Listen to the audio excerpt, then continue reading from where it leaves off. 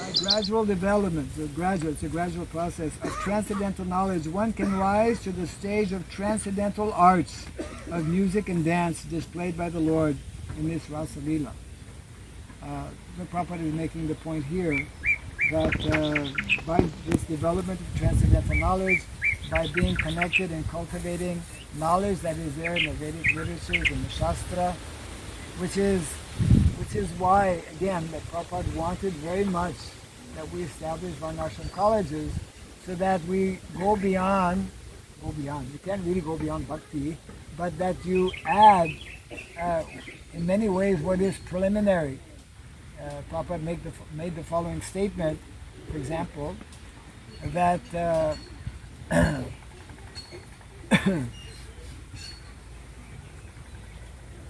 excuse me, that to become Vaisnava is not so easy.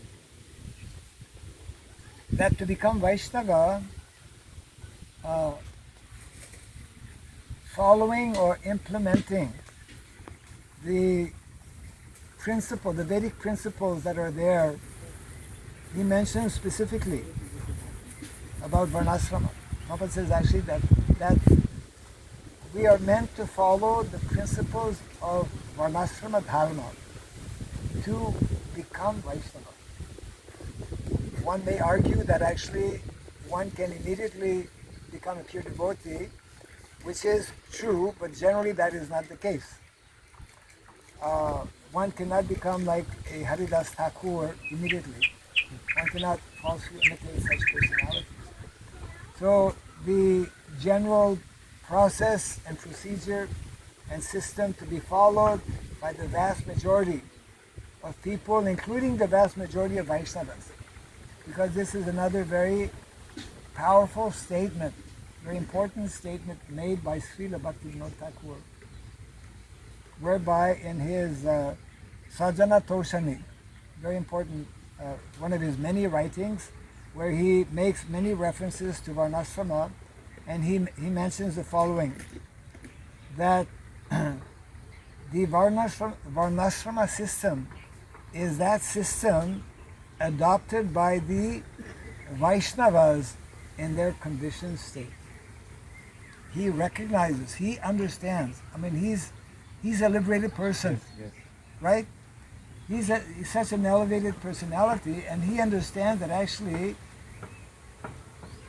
Vaishnava is not immediately, automatically liberated from these modes of material nature. Otherwise, why have the nectar devotion? Why sadhana bhakti? Sadhana bhakti is that process, isn't it? Devotional service in practice. So it is, in other words, very, very important for us as devotees and for us as a society to understand some of the points that are, well, all of the points that are being mentioned here by Srila Prabhupada in this purport in reference to cultivating, the need to cultivate especially knowledge from the Vedic literature. What is that? Dharma. Prabhupada actually nicely translates Sanatan Dharma, sometimes equates, he sometimes compares Sanatan Dharma to Varnasrama Dharma, because in many ways it is also eternal. I mean, not in many ways, in all the ways. Varnasrama Dharma is an eternal system for the living entities in the material world. So he equates Sanatan Dharma to Varnasrama Dharma, and then in the same line he mentions divine culture.